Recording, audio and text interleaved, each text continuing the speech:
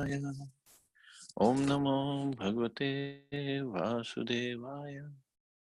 Om Namo Bhagavate Vasudevaya. Narayanam Namaskritya Naram Chaiva Narottamam Devim Saraswatim Vyasam Tato Jayam Diriyet Nashtaprayeshu Bhadreshu Nityam Bhagavata Sevaya Bhagavati Uttam Shloke Bhaktir Bhavati Naishtiki. So, continuing with the discussion on Bhagavad Gita, 6th chapter, Dhyana Yoga, text number 10 onwards.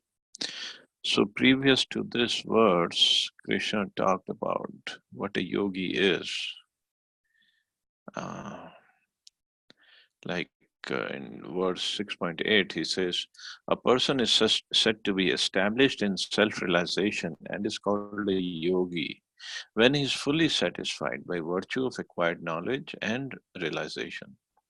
Such a person is situated in transcendence and is self controlled. He sees everything, whether it be pebbles, stone, or gold, as the same. So, full satisfaction is one of the qualities of a yogi. And the person is situated in transcendence and is self controlled. And next verse it says, a person is considered still further advanced when he regards honest well wishers, affectionate benefactors, the neutral, the mediators, the envious, friends, and enemies, the pious and sinners, all with an equal mind. Now, Krishna will talk about how to do this yoga, how to achieve that state. So, how to do that yoga? Hare Krishna. What happened? Low. Voice is very low. Just a sec.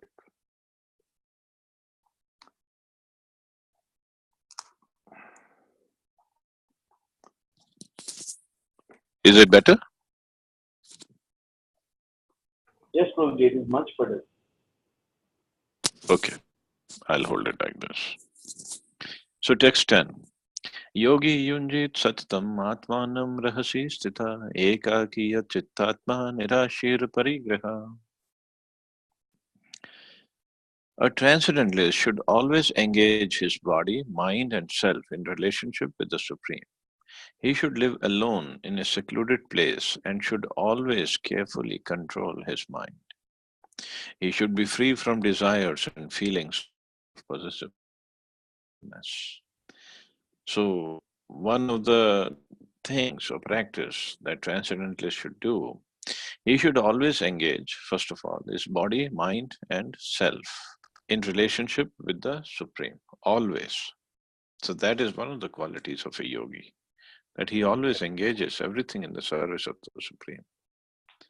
Means he is not engaging anything in his own sense gratification. He should live alone in a secluded place and should always carefully control his mind, which is very difficult to control. Krishna himself says, mind, when it is controlled, it's the best of the friends, and when it is not under your control, it's the worst of the enemies. He should be free from desires and feelings of possessiveness. Purport. Krishna is realized in different degrees as Brahman, Paramatma, and the Supreme Personality of Godhead. Krishna consciousness means concisely to be always engaged in the transcendental loving service of the Lord. But those who are attached to the impersonal Brahman or the localized supersoul are also partially Krishna conscious, because the impersonal Brahman is a spiritual ray of Krishna and the supersoul is an all pervading partial expansion of Krishna. Thus, the impersonalist and the meditator are also indirectly Krishna conscious. So, so wonderful thing that Prabhupada is saying here. He's saying impersonal Brahman because it's the spiritual rays of Krishna. So anybody who's focusing or is trying to meditate on light or something unknown, that's also Krishna conscious, but that's partially Krishna conscious.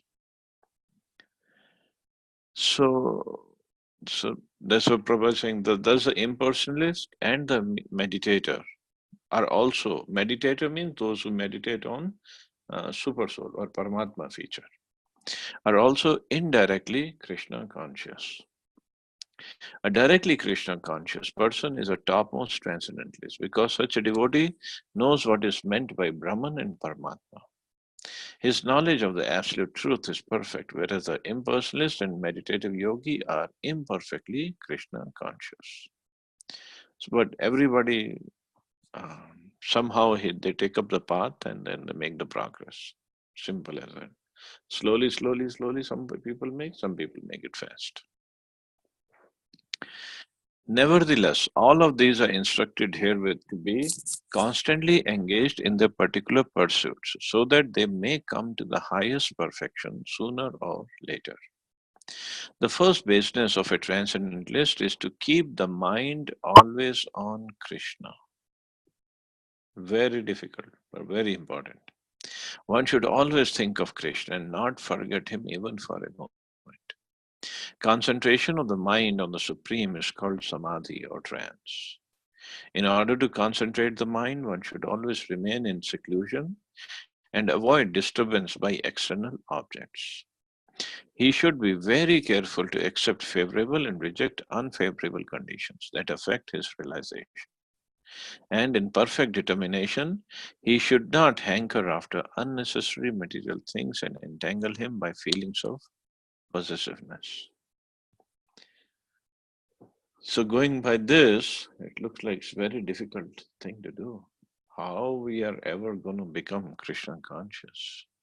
No feeling of possessiveness, always thinking of Krishna, always engaging our mind, body, words in the service of Krishna. Very difficult. But let's see what Prabhupada says further. All these perfections and precautions are perfectly executed when one is directly in Krishna consciousness. Because direct Krishna consciousness means self abnegation, wherein there is very little chance for material possessiveness.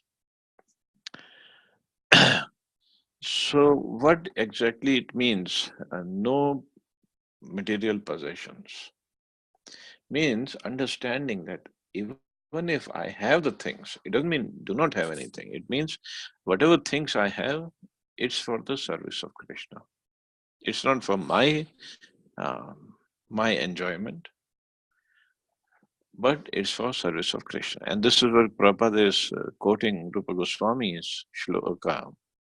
He says, Anasaktasya Vishayan Yatarham Upayunjita Nirbandha Krishna Sambandhe Yuktam Vairakyam Uchate.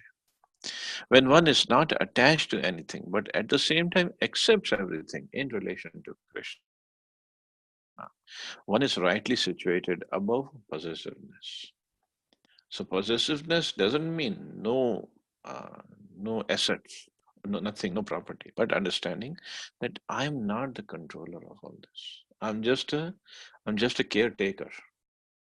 That's all.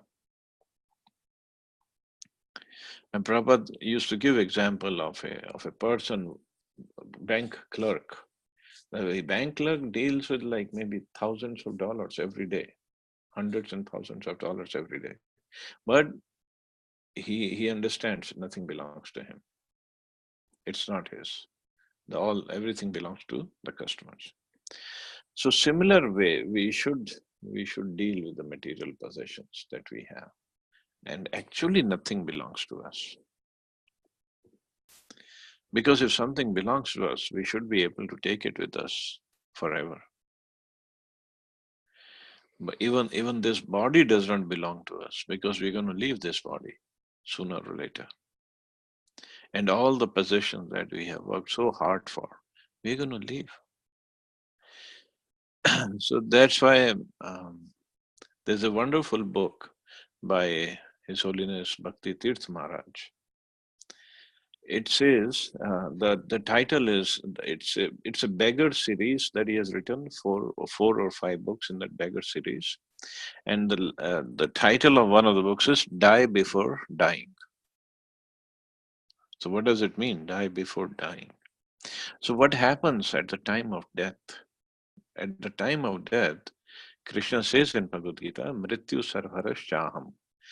In the form of death, I take away everything. So that is what I am. So at the time of death, what happens? Krishna or Kal, in the Kal is also energy of Krishna. He takes away everything that we possess, every single thing.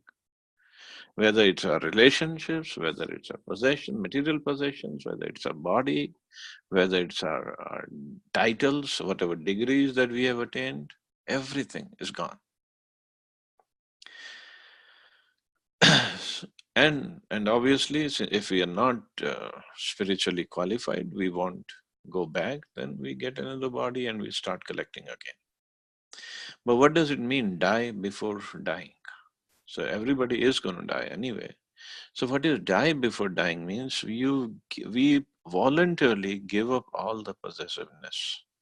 We don't give up the possessions. We give up the possessiveness.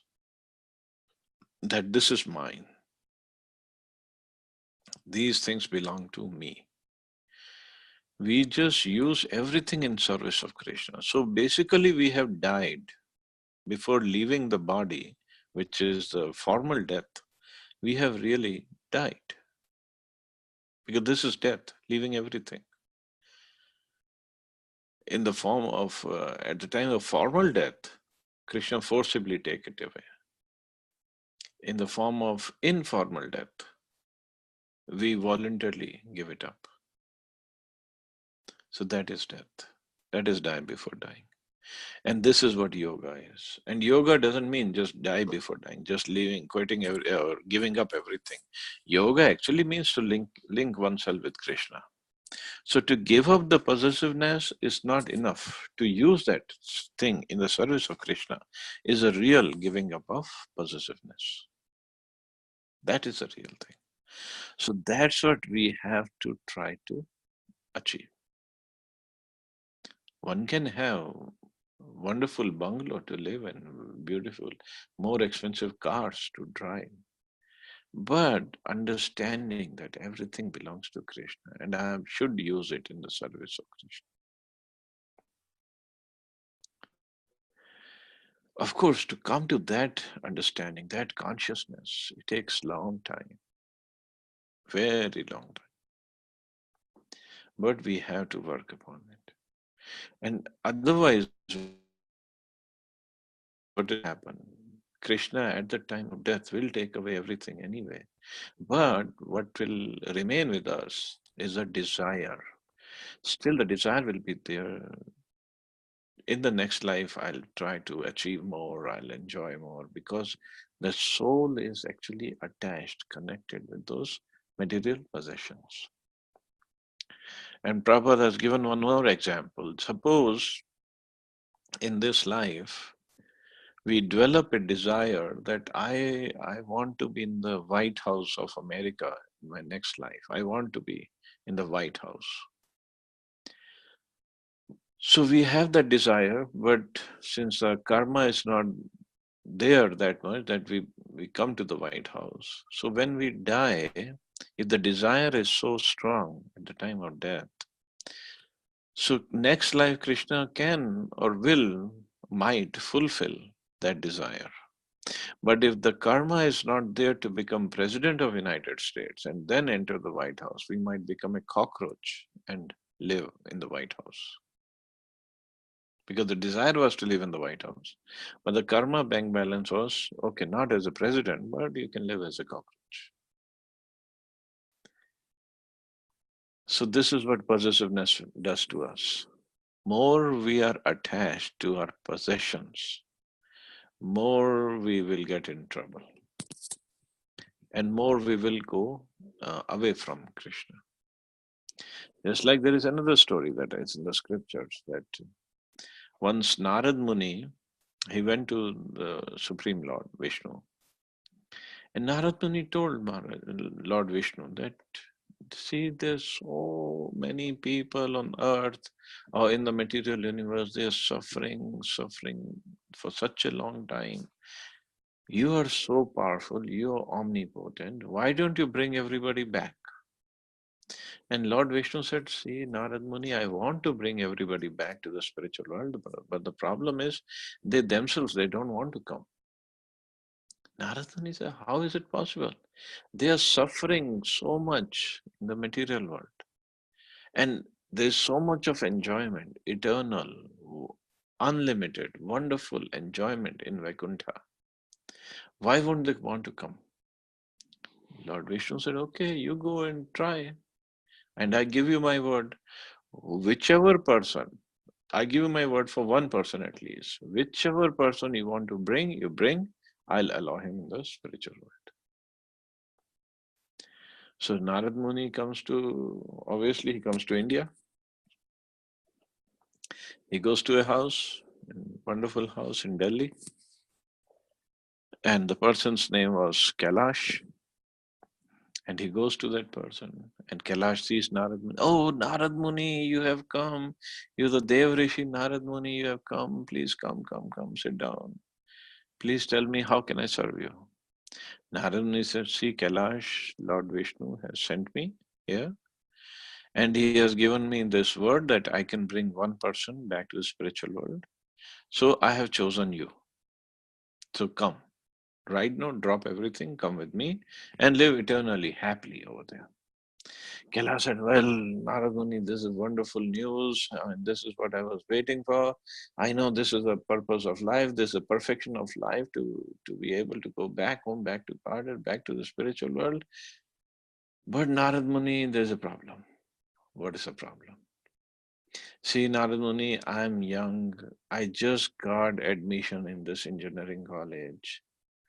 So let me finish my engineering. Let me serve my parents. My parents are getting old. Let me serve them. Then I'll definitely come with you. Narad Muni was a little disappointed, but he said, okay, that's okay. 4 years, no problem. I'll come back after 4 years. So 4 years, Kailash got his engineering degree, computer science, wonderful IT student he was. And 4 years later, Narad Muni came. Now he comes. He told me, after engineering, you'll come. See, Narad Muni, I know this is a perfection of life. This is the goal of life. I should be coming. But see, Narad Muni, my parents have spent so much money on my education, and I better make some money and give them back, repay them. Otherwise, I mean, not taking care of parents is a big sin. You will agree with me. Narad Muni said, okay. So Narad Muni said, okay, I'll come back later. So now, meanwhile, Kailash got a wonderful job in America in IT industry. He was making good money. He was sending money to his parents. And then after a few years again, Narad Muni came back. Okay, Kailash, now you come back. Come with me to Vaikuntha. Lord Vishnu is still waiting for you. Kailash said, Narad Muni, I know this is the perfection of life. This is the goal of life, and I'm definitely going to do it.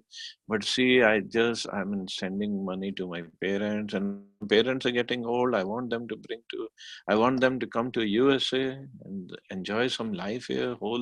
Throughout their life, they suffered so much to make me study.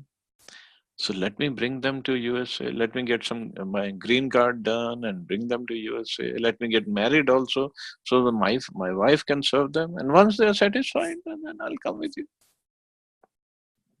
Narad Muni said, okay, that's fine.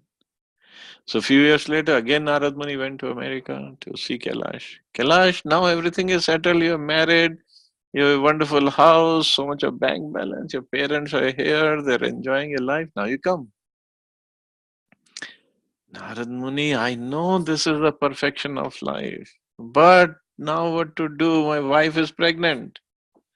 If I don't take care of the child, what will the society say? And my parents are getting old. I have to take care of them. I have to I have to take care of the medical issues and this and that. Narad Muni again went back. A few years later, he again came. Kailash, now you are also getting old.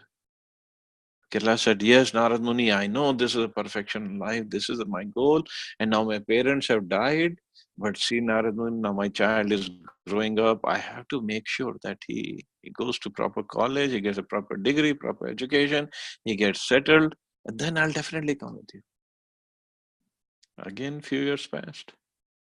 Now, Kailash's son had grown up. He had gone to study at MIT and wonderful Ivy League school, and he got his degree.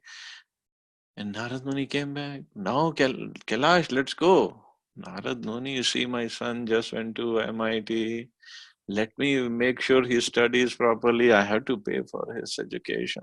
And my wife, and we have worked so hard. Let me take care of him. Okay. Few years later, Narad Muni came back.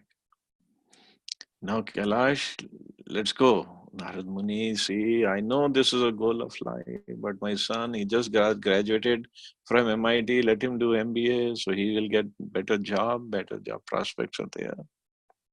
Few more years, just few more years, I'm ready to come. And after a few years, now Kailash's son has grown. I mean, he got married, wonderful girl, and they all are living in beautiful mansion in America. And Kailash is getting old. And Narad Muni said, now you come with me. You are retired. Everything is settled. Now you come with me. Lord Vishnu is still waiting for you. You can come. See, Narad Muni, all these girls these days, they don't understand anything. See, my son got married to this beautiful girl, but she doesn't know anything about Indian culture because she's born and brought up here. She's the ABCD. She doesn't know anything. So she they and they my son, daughter-in-law, they go out and then they leave their little kids at home. I don't like them to stay with the nanny. I better take care of my grandkids. Till these girls, these boy and girls, they get to know what Indian culture is. Again, Narad Muni went back. Few years later, he came and Kailash was really old now. Kailash, now you come. You're really old. You're about to die. Come with me. See, Narad Muni, all these young generation, they don't know anything. And my Bahu, she weighs so much of food. And I made such a big mansion for her. They don't even appreciate anything. And she weighs so much of food. I have to make sure every food particle is taken care of. So give me some more time. Let me educate them. So meanwhile, Narad Muni again came back next time Kailash had died. And Narad Muni looked around. Where did he go? Now he had taken the form of a worm in the sewage. Narad Muni even went. Narad Muni has a spiritual body. He went into the body of that worm and he spoke to Kailash. Now Kailash, see what is this? Now at least you come with me. Oh, Narad Muni, see. Well, I think I fast forwarded it. So I know first body he gets after death was of a dog. So Narad Muni goes to the dog, talks to dog. Kailash, come with me. See, Narad Muni, I built this mansion. I have built this family. This is my family. I have to look after them. I have to protect them. And he took the form of a dog in the same family and trying to protect the house, protect the family. And later he took the form of a snake and again trying to protect, but the sun came out and he saw the snake in the front yard and he killed that snake. And then he took the form of an insect. Narad Muni again went to him. Come. Oh, Narad Muni, see this Bahu, she wastes so much of food. At least I have to eat that food away. It should not go wastage. Actually, this is the story of all of us. We get so much attached to the possessions, to the material things, that we forget the real goal of life. The real goal of life is yoga, to connect with Krishna. But we forget that. That's a Prabhupada's writing in this paragraph. A Krishna conscious person well knows that everything belongs to Krishna, and thus he is always free from feelings of personal possession. As such, he has no hankering for anything on his own personal account. He knows how to accept things in favor of Krishna consciousness and how to reject things unfavorable to Krishna consciousness. He is always aloof from material things because he is always transcendental. He is always alone. Alone doesn't mean one has to live. Of course, the word says one has to go and live in a secluded place, which these days it's very difficult to find, and we are not accustomed to live like that in a secluded place. So it'll be very difficult for us.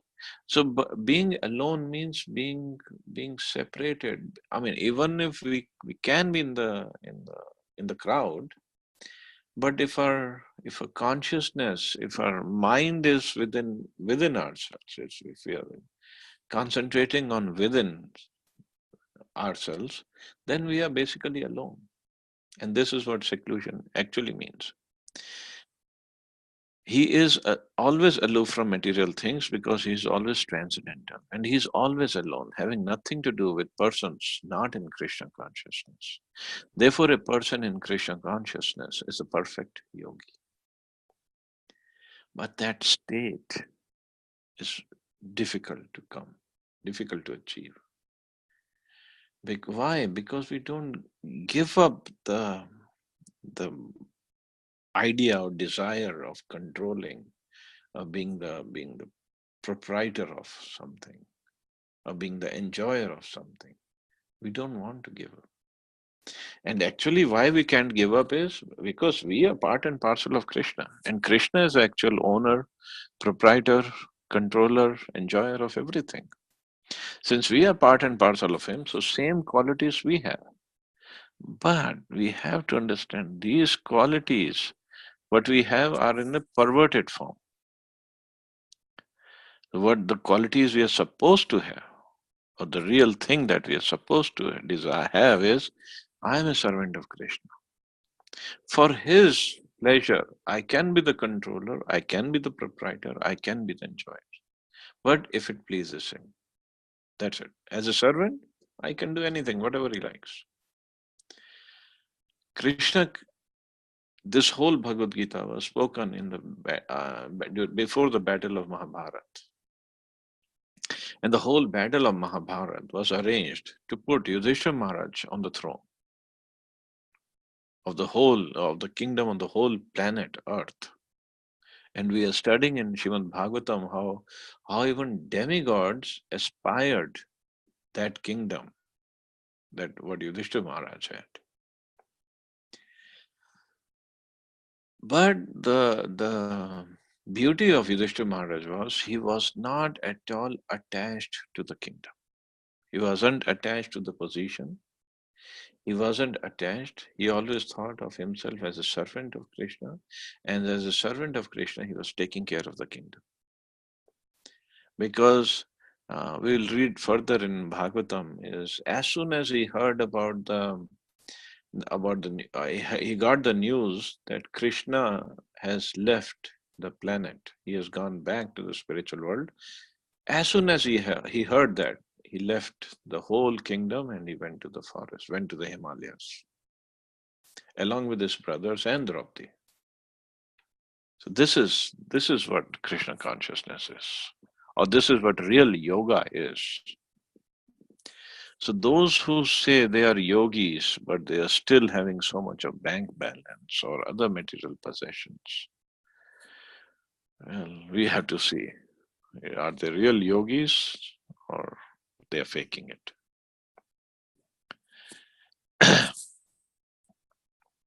So text 11:12.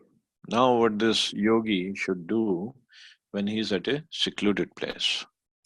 Shuchodeshe pratishthapya sthiramasnam atmana nati uchritam nati nicham chailajin kushotaram tatra ekagram manah kritva yat chittendriya kriyaha upavishyasane yunjad yogam atma vishuddhaye.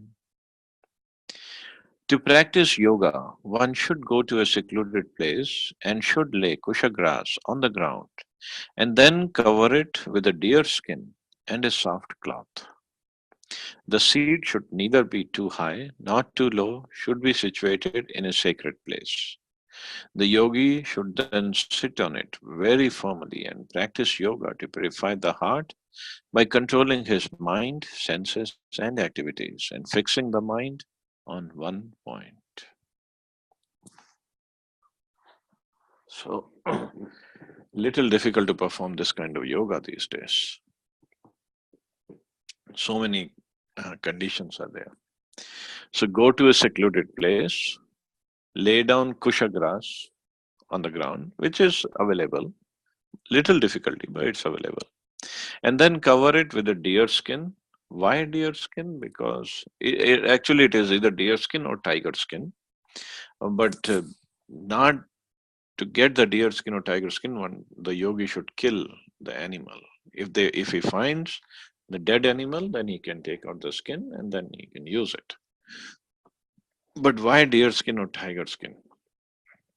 Because when he is sitting on that asan, on the deer or tiger skin, the somehow the skins they have some chemicals that insects or snakes they don't come near that skin. So the yogi is not afraid of any insects or snakes coming or some scorpions coming. They don't come near that skin. So he won't get disturbed by all these insects. The seat should neither be too high nor too low. Means it should be comfortable enough.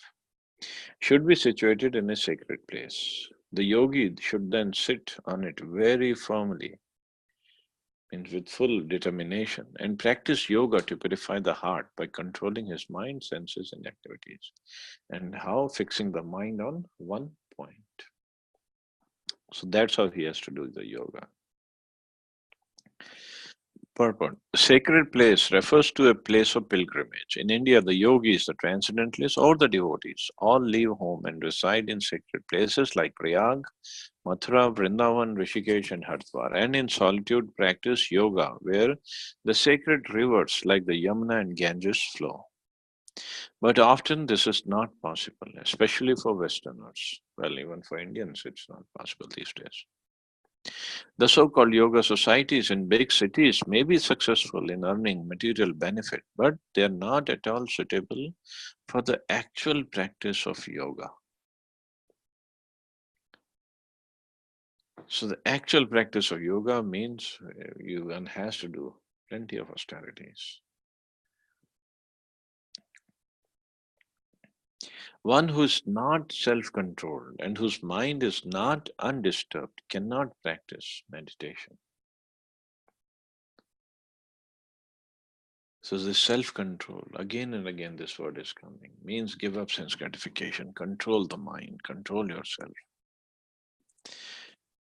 Therefore, in the Brihad Naradiya Puran, it is said that in Kali Yuga, the present yoga or age, when people in general are short-lived, slow in spiritual realization, and always disturbed by various anxieties, the best means of spiritual realization is chanting the holy name of the Lord. So, in this age of quarrel and hypocrisy, the only means of deliverance is chanting the holy name of the Lord. There is no other way, there is no other way, there is no other way. So, for Kali Yuga, this process of yoga, meditation, is very impractical right now. And further on, we'll see some more conditions what the yogis have to fulfill. Text 13-14. Samam kaya shirogrivam dharyanchalam stira sampreksha nasikagram swam dishaschanavalokayan prashantatma vikatbhir brahmachari vrite stitaha manah samyamya machitto yukta asit matparaha. So sitting on that asana of kusha grass, what a yogi should do, one should hold one's body, neck and head erect in a straight line and stare steadily at the tip of the nose. Thus, with an unagitated, subdued mind, devoid of fear, completely free from sex life, one should meditate upon me within the heart and make me the ultimate goal of life. So, one should hold one's body, neck, and head erect in a straight line. So, for a yogi, it's very, very important to do. Otherwise, he cannot perform yoga properly. So, can we imagine how many of us can sit like that for more than 5 minutes? It's even not possible for us to sit like that even for 5 minutes. So, what kind of yoga we can perform? This Hatha yoga or Dhyana yoga, it's very difficult for us. And thus, with and stare steadily at the tip of the nose means the eyes should not be fully open and should not be fully closed. They should be half open. And by opening half, they should be we should stare steadily at the tip of the nose without falling asleep. Another difficult thing to do. Thus, with an unagitated, subdued mind, devoid of fear, there should not be any fear. Fear of, oh, I have come here in the secluded place. Who's going to take care of my family? Who's going to take care of my business? Who's going to take care of my car? Or if any animal is going to come and eat me up, or something might happen, or what will happen tomorrow if I'll get food or not. He should not have any such thoughts in his mind. And completely free from sex life. Another problem. Because when one is sitting in the yoga practice, sitting alone, but the mind plays tricks, and mind really plays tricks at that time, especially when we are trying to meditate or when we try to chant. Mind really plays games at that time only. So the yogi is in the forest, secluded place, sacred place, and he's sitting on the asana with he's following everything.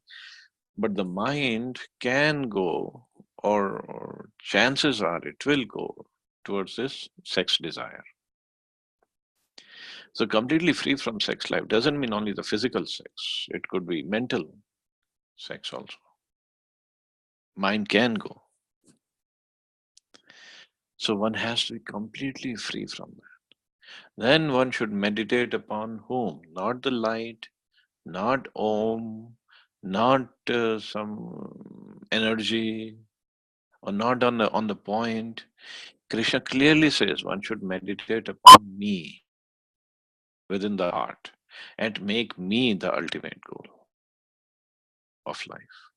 He's clearly saying that.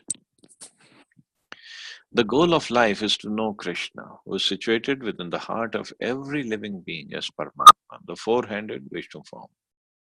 The yoga process is practiced in order to discover and see this localized form of Vishnu and not for any other purpose. The localized Vishnu Murti is a plenary representation of Krishna, dwelling within one's heart. One who has no program to realize this Vishnu Murti is usually engaged in mock yoga practice and is certainly wasting his time. And moreover, this is the goal of yoga, to connect with Krishna. Not that we do yogasana, we do Surya Namaskar and Kapalbhati and Anulom Vilom and Pranayam and other practices, but the connection with Krishna is missing. See, those all practices are yogasanas. They're not yoga, they're yogasana. But then there are other angas, other forms of that Ashtanga yoga, Hatha yoga. So that those also have to be done. Otherwise, one cannot be considered a yogi. Krishna is the ultimate goal of life, and the Vishnu Murti situated in one's heart is the object of yoga practice. To realize this Vishnu Murti within the heart, one has to observe complete abstinence from sex life. Therefore, one has to leave home and live alone in a secluded place, remaining seated as mentioned above. One cannot enjoy sex life daily at home or elsewhere and attend a so called yoga class and thus become a yogi. It's not at all possible. One has to practice controlling the mind and avoiding all kinds of sense gratification, of which sex life is the chief. In the rules of celibacy written by this great sage Yajnavalkya, it is said, the vow of brahmacharya is meant to help one completely abstain from sex indulgence in words, and mind. At all times, under all circumstances, and in all places. So, not even in the mind, one should think of sex life. No one can perform correct yoga practice through sex indulgence. Brahmacharya is taught, therefore, from childhood when one has no knowledge of sex life. Children at the age of 5 are sent to the Gurukul or the place of spiritual master, and the master trains the young boys in the strict discipline of becoming brahmacharis. Without such practice, no one can make advancement in any yoga, whether it is dhyan, gyan, or bhakti. One who, however, follows the rules and regulations of married life, having a sexual relationship only with his wife, and that too under regulation, is also called a brahmachari. So for grastas also, it's called brahmacharya. They are called considered as brahmachari if they're following the rules and regulations of grihastha ashram. Such a restrained householder brahmachari may be accepted in the bhakti school, but the Gyan and Dhyan school do not even admit householder brahmacharis. So they are very strict actually. They require complete abstinence without compromise. In the bhakti school, a householder brahmachari is allowed controlled sex life because the cult of bhakti yoga is so powerful that one automatically loses sexual attraction being engaged in the superior service of the Lord. So this we have studied in second chapter. If we give the higher taste to the senses, they automatically give up the lower taste. So the bhakti school is more liberal, but at the same time more potent, more sublime. Just like I had explained earlier that Grihastha ashram is considered like a passenger train going to the spiritual world. And brahmacharya and sannyas ashram are like express train. So passenger train, even if you get down somehow for whatever reason, we can still run up and get back on the passenger train. But the express train, if you get down, then the train is gone. We cannot run and get back on. So if we get down from the express train, then we have to catch the passenger train to get back to the on the path back to the spiritual world. So Grahas ashram is a wonderful ashram. There's nothing wrong with it.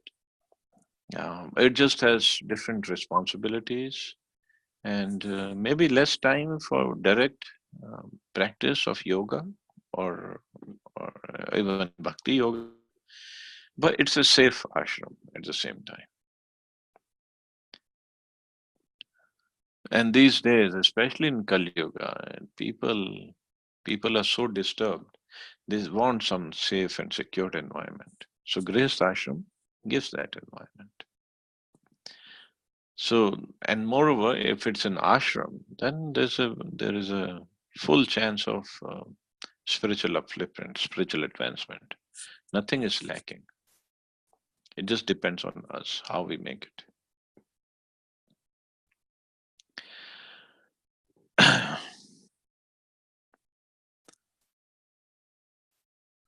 Should I take the next words or should I stop to ask for questions or comments? Please carry on with the next verse, Prabhu.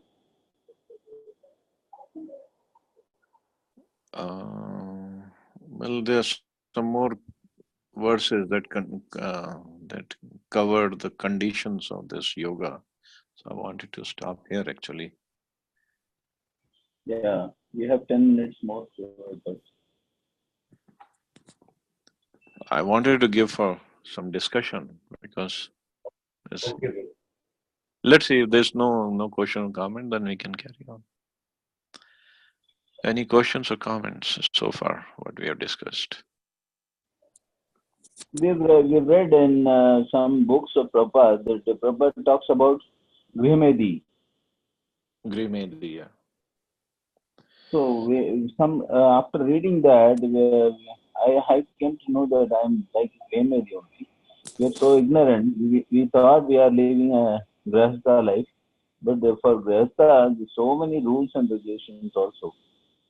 So can you please little highlight exactly what's the difference between these two, Vihmedi and Grahastha? See, Grihastha actually means one who is, then it's called an ashram. Ashram means where we make advancements spiritually. So, where Grihasthas means both husband and wife, they come together with the understanding that we are together, the purpose is to serve Krishna. So, the center of a Grihastha life is Krishna, service of Krishna, pleasure of Krishna. So they both, husband and wife, they should help each other. Understanding, wife should understand that my husband is a servant of Krishna, and I should help him make advancement and help him do the service properly. And the husband should think, Krishna has given me responsibility of this, my wife, because she is a servant of Krishna, she is a devotee of Krishna, and my duty, my prime duty is to make sure that she is safe, secured, and so that she can happily engage in the service of Krishna.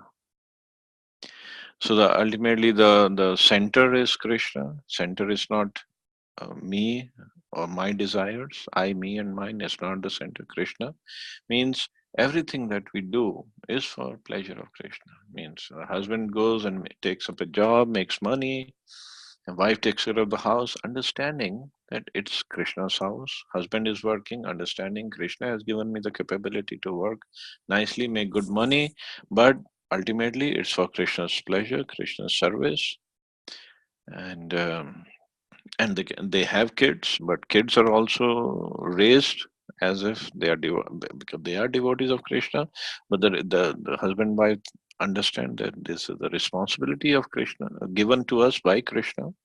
So we raise the kids as devotees of Krishna. So from very beginning of life, they would try to make them Krishna conscious, but at the same time, they have to take care of material education as well, which is perfectly fine. So Krishna consciousness life as a grihastha doesn't mean anything is lacking. Only thing is Krishna is added to it. That's all. So one should not feel this. I'm losing out on something if I'm becoming devotee. Only thing we are losing out on is all the nonsense things that we waste so much of our time on. So those who are not um, aspiring or working on the Krishna consciousness life as a in the married life, then they are called Grihmeti. So Grihmeti is basically eat, drink, and be merry. Khao pio jio life. So that's called Grihmeti. I mean, no Krishna, just I, me, and mine. For husband, wife is a slave or a sex toy or he basically takes advantage of her, exploits her. At the same time, wife also makes sure that the husband is a ATM machine, anytime money, and or she has her own agendas, her own desires. But then that's not a proper life.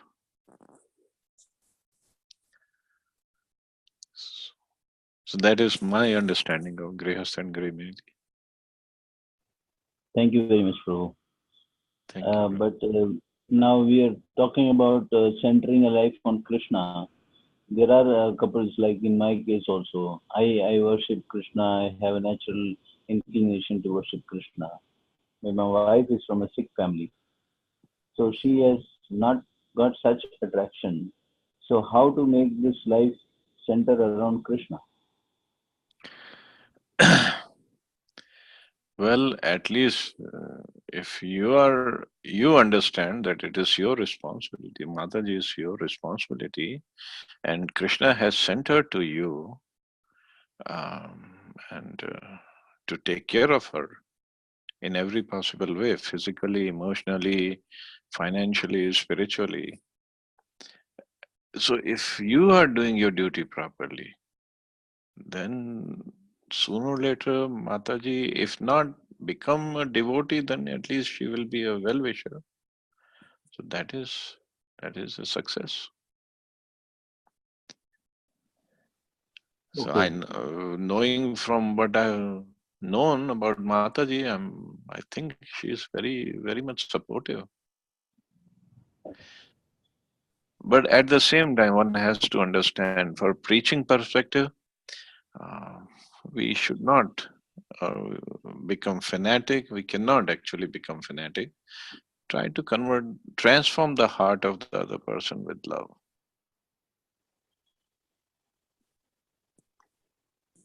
Okay, Prabhu. Thank you very much. Of course, it's coming from a person like me who has been a failure in every respect. So I don't know what else can I mean, how much it will be worth. No, no, Whatever you are I'm not. saying.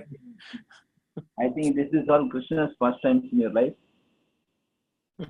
I don't know. I've been a failure. That's all I know.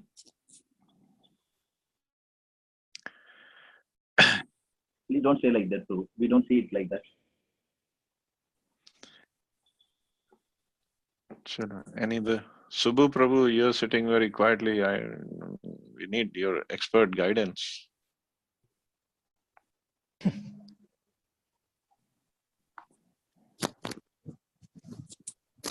I was basking under the humility of both Radha Prabhu and you. So it was nice Oh, to come on.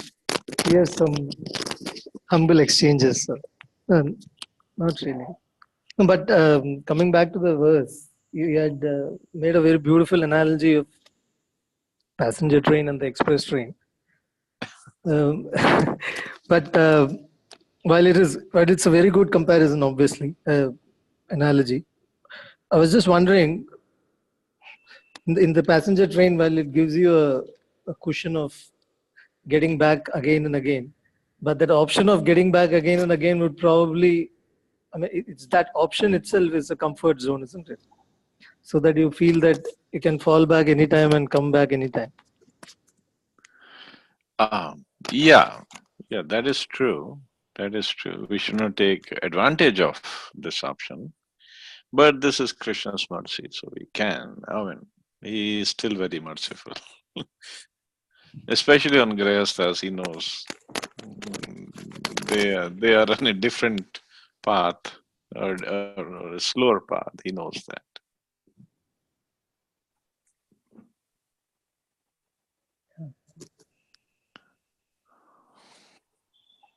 Hare Krishna. So, but you're right. We should not take advantage of this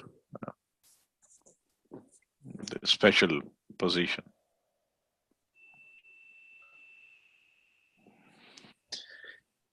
Okay. Any other question or comment? Hare Krishna. Prabhuji, I have one question, which is not related to the class, but yes, it is related to me. And the question is, Prabhuji, just now you have told us the story of Kailash. Prabhuji, I think this story is related to our life only. Why I am saying this, if I talk about myself, daily I am, hearing Bhagavatam. In evening, Bhagavad Gita. Sometimes I miss us also, but um, and then chanting, little bit chanting. I don't chant 16 rounds to be very frank. Um, Association, everything is there, but I don't. I'm not able to see any progress in myself. I don't know why. Maybe it takes many births to to come to this stage. where you can realize God, or where I don't know where, but I think it takes lot of concentration, lot of determination. It requires all this. But where is the progress? I mean, I'm not able to judge myself. What I feel is no progress at all. And sometimes What it's like what do you mean by progress? What do you think the progress is? progress is like, you know, okay, like in terms of real life, anger is the biggest problem. Children, बच्चों ने कुछ कर दिया, एकदम गुस्सा आ गया, या office में कुछ हो गया, गुस्सा आ गया. Not able to control anger. It is very difficult also. Mind cannot control. Obviously, it is also very difficult. But some progress has to be there. If no progress is there, then where are we heading? Are You know, you listening to the class every day? Are you chanting every day? You're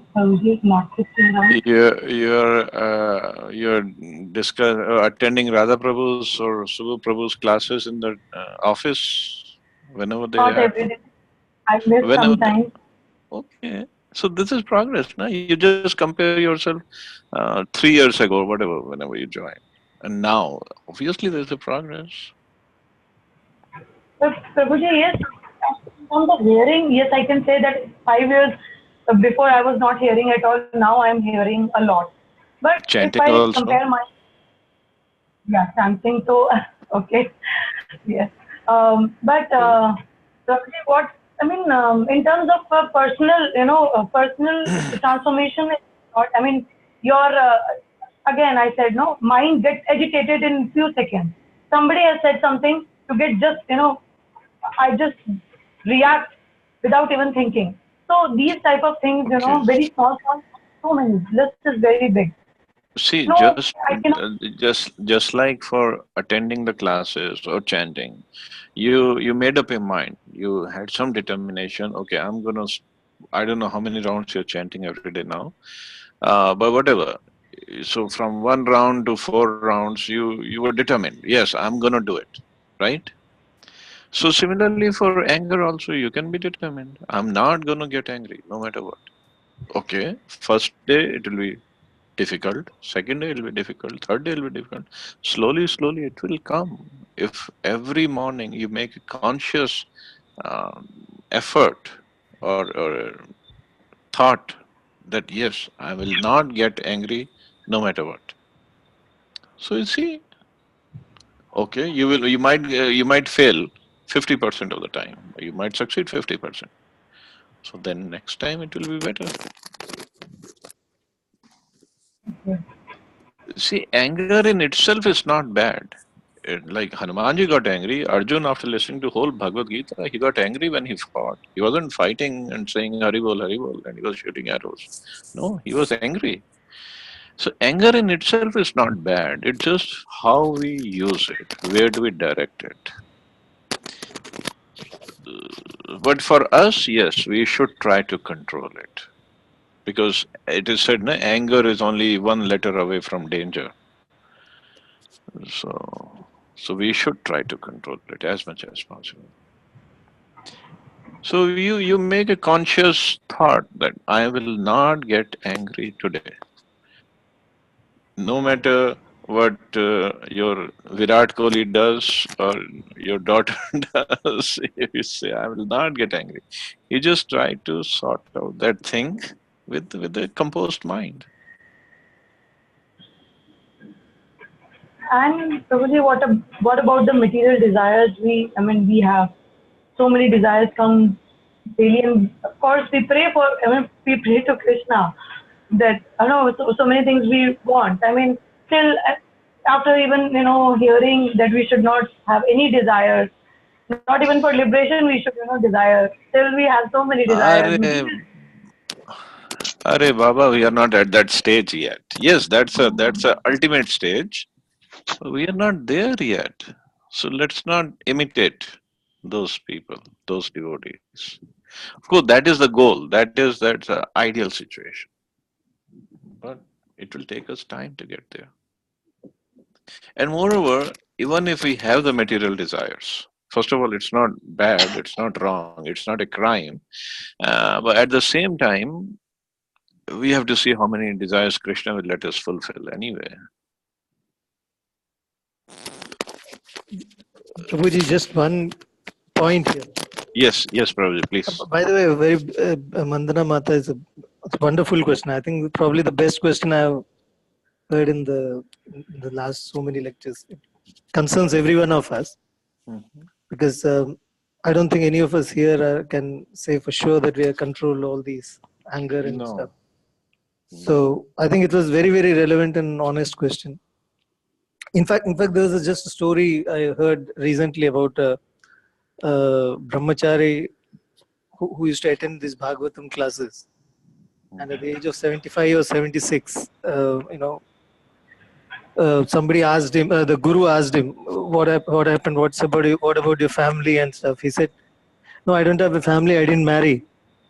And then he said, I don't think it will be right to marry now also. So what he said reflected the fact that even at that age, he hasn't been able to control his desires. Yeah, he was still thinking about that. he was still wondering whether it would be correct to marry now. He hardly had any teeth left in his mouth. And so that shows the power of desires. I've been chanting, I've been doing all sorts of karmas as per my varnashram, devotional yoga and everything. But still it's a daily process. So it's a fight against all odds. So I don't think we need to be so, rude on ourselves. We need to be slightly more, take it slightly easier. Otherwise, probably we'll leave even this in disgust. As she rightly said, what is the point if after attending Gita, Bhagavatam, doing pranayam, yoga, hearing Lord's name and still not improving, then we might leave this in disgust, which is not what we want to do. True. Thank you, brother. And of course, Mataji, we have to be Krishna conscious, not our shortcoming conscious. Of course, we see our shortcomings, whatever is lacking, but ultimately we have to become Krishna conscious. So we work on that. Thank you so much. Thank you, Mata. Yes, Archana Mata, you had something to say?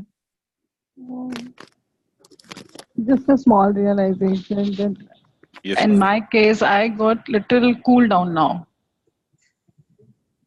Cool down in the sense that whatever happening, I do get angry, but at the same time I said, okay, fine, it's प्रभु इच्छा, ऐसा ही होना चाहिए था, शायद ये ऐसा ही था. So we should not get, carried away with these things, and anger is still there, but in my case, I'm little cool down now. I'm accepting it, the things the way it is. Yep, that's one way. That is the right way, actually. I don't know it's right or wrong. I know it's instead of expecting, we start accepting. This started us. It automatically is happening with me. It automatically is not that I'm doing something about it, or it's just the same. First thought you do comes in the mind that why is not happening like this? It should have been.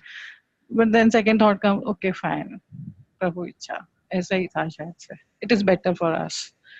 These thoughts are automatically start coming in. Earlier it never used to be there. Maybe after listening to the Bhagavad, and major is Bhagavad.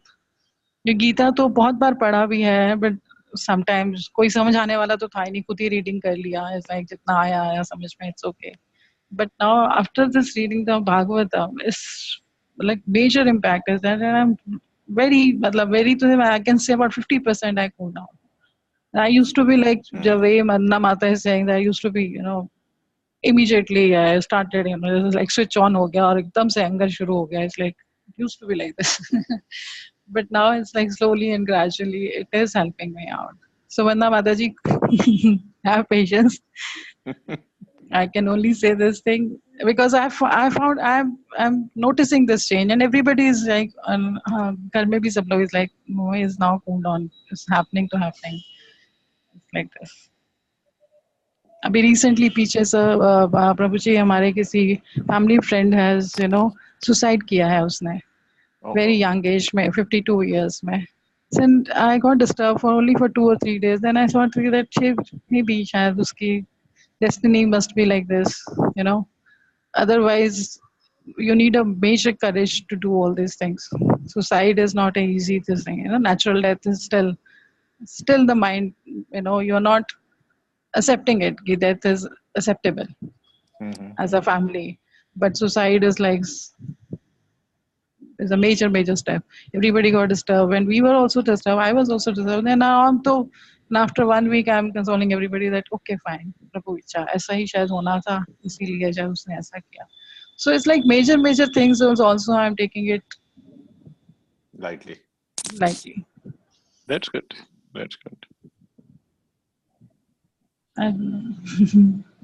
Only bhakti we cannot take it lightly. That's all. Yes. Rest everything we can take it lightly.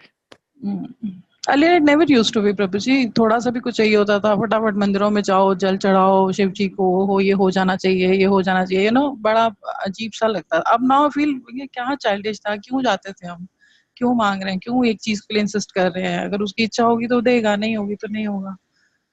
Now I don't. I used to be the one, 16 सोमवार के व्रत रखो जी, ये इच्छा पूरी हो जाए, बच्चे पास हो जाएं, ये हो जाए, वो हो जाए, इसमें एडमिशन हो जाए, 10th में अच्छे मार्क्स आ जाएं, 12th में अच्छे मार्क्स आ जाएं. As a mother, like चलो जी 16 सोमवार के व्रत रख लो जी, वो शुक्रवार के व्रत रख लो जी. Never. अब तो खत्म, मन ही नहीं करता इसको. ऐसा नहीं, जो होगा अच्छा होगा, चैंटिंग करे जाओ, कुछ नहीं. You don't feel like going and giving, and मंदिर में भी जाने को नहीं होता है, घर में बैठ के अपना चैंटिंग करो, सब हो जाएगा ठीक. I don't know it's good or bad. I don't know. मेरे को ये भी नहीं समझ में आ रहा कि अच्छा है, I'm on a right path or not. But ये है. This is what my attitude is changing now. My feelings are changing. Haribo. Yes, Haribo. You have Jagannath ji at home, so you don't need to go anywhere. पर प्रभु जी जगन्नाथ जी तो बहुत time से हैं. ऐसा नहीं होता था पहले. Always I never used to have that much of trust. But after listening to Bhagavad and इससे थोड़ा सा बहुत major is like differences now. Yeah, it helps. Yes. In spite of Jagannath जी के होने के बावजूद भी I used to go to the temple and जल चढ़ा रही हूँ शिव जी को, 16 सोमवार के व्रत रख रही हूँ, तब भी मुझे ऐसा नहीं लगता था कि जगन्नाथ जी will help. नहीं, मंदिर जाके वो शिव जी हेल्प करेंगे. It used to be like this kind of thing. Shivji is Param Vaishnav. तो so he can help us in getting into bhakti better, faster also. Yeah. No, I'm talking about my soch, this is what I used to think. In spite of serving Jagannath ji, I was so foolish that, I used to go to there and, उनको सब करना, माता व्रत रख रहे हैं, सब कुछ कर रहे हैं, 16 सोमवार के व्रत हो रहे हैं. And I मतलब बड़ा अब now I'm feeling it, like क्या बचपना किया यार, कैसे किया? नहीं. See, this is what I'm trying to tell. Even if you went to Shivji for something material, but he's a Param Vaishnav and he knows what's ultimately beneficial for you, and he knows what's where you should be going. So he guided you that way. So don't say anything bad about Shivji. No, I'm not saying bad about it. मैं अपने लिए बोल रही हूँ कि मैंने कितना घर में जगन्नाथ होते हुए even if you have gone to Shivji's temple, it's okay. He took care.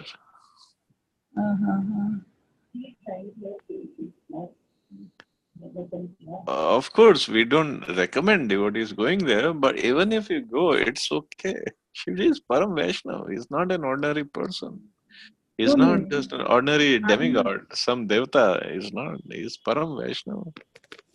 It's just Param Vaishnav. If you go to any devotee, suppose you go to any devotee and with your material problems, he's not gone there for seeking some spiritual help, but that devotee will finally help you spiritually. So this is what Shivji also does. He's a Param Vaishnava. It's not even an ordinary Vaishnava like any other way. Param is the topmost Vaishnava. Very special person. He's very, very special.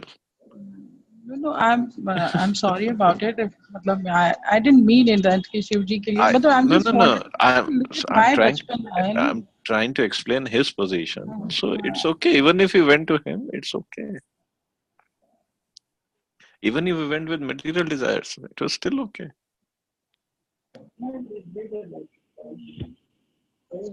Maybe he fulfilled your desires, maybe he didn't. Maybe he partially fulfilled.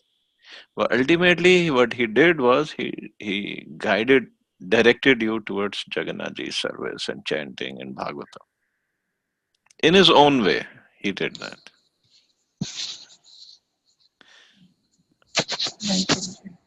That's what I'm saying. Radha Prabhu, you were saying something, I think. No, I was not saying anything. Harpreet was saying. She was saying that sometime later we all come to bhakti. So that time we should not have any regrets that we did so many different types of worship. Yeah, see? Yeah, yes. So Radha Prabhu is, I don't know why he's saying she's not a devotee. She's a very good devotee. No, I didn't say she's not. I don't want to get you in trouble there.